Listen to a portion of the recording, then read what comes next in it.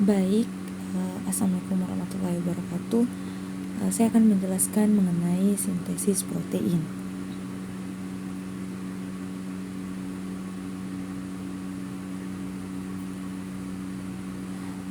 Sintesis protein adalah proses 3 langkah termasuk pemanjangan, inisiasi, dan terminasi.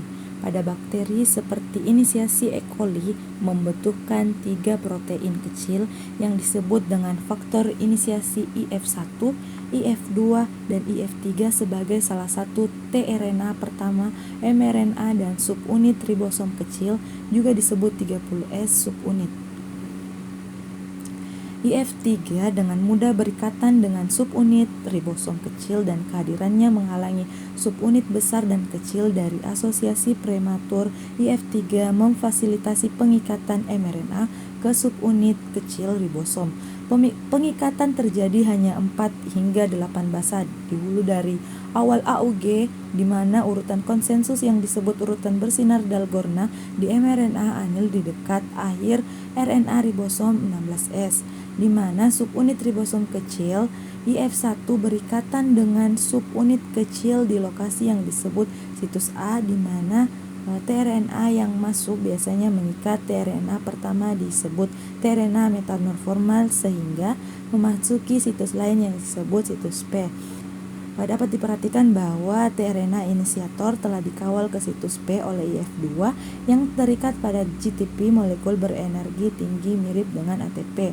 Antikodon tRNA komplementer dengan kodon star AUG. Setelah tRNA inisiator berada di tempat IF3, dilepaskan dengan hilangnya IF3, subunit 50S dapat berlabuh pada subunit 30S. Docking subunit 50S memicu hidrolisis GTP pada IF2 dan pelepasan inisiasi selanjutnya. Faktor ribosom sekarang siap untuk pemanjangan. Pemanjangan melibatkan pengulangan 3 langkah pertama. Faktor pemanjangan yang disebut EF2 terkait dengan GTP berikatan dengan tRNA aminoasil bermuatan bebas. Kompleks ini memasuki situs A atau akseptor. Pemilihan yang benar dari kompleks tRNA tergantung terutama pada kodon pasangan antikodon. Dalam contoh ini, antikodon CCC berpasangan dengan kodon GGG. tRNA membawa asam amino glisin. Pada langkah kedua, aktivitas peptidil transferase ribosom mengkatalisis pembentukan ikatan peptida antara asam amino baru di situs A dan asam amino sebelumnya di situs P. Secara bersamaan, GTP dihidrolisis dan EF2 GDP yang dihasilkan dikeluarkan. Langkah ketiga disebut translokasi.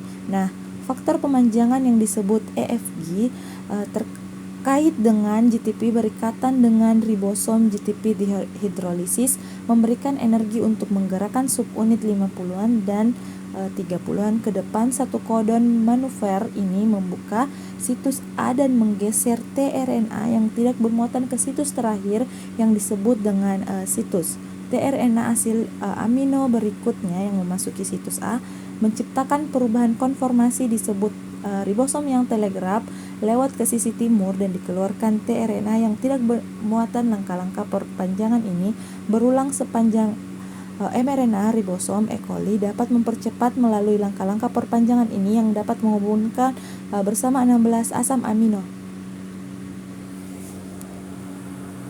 Akhirnya ribosom tiba di ujung wilayah pengkodean yang ditandai oleh salah satu dari 3 kodon stop. Tahap ini translasi disebut terminasi.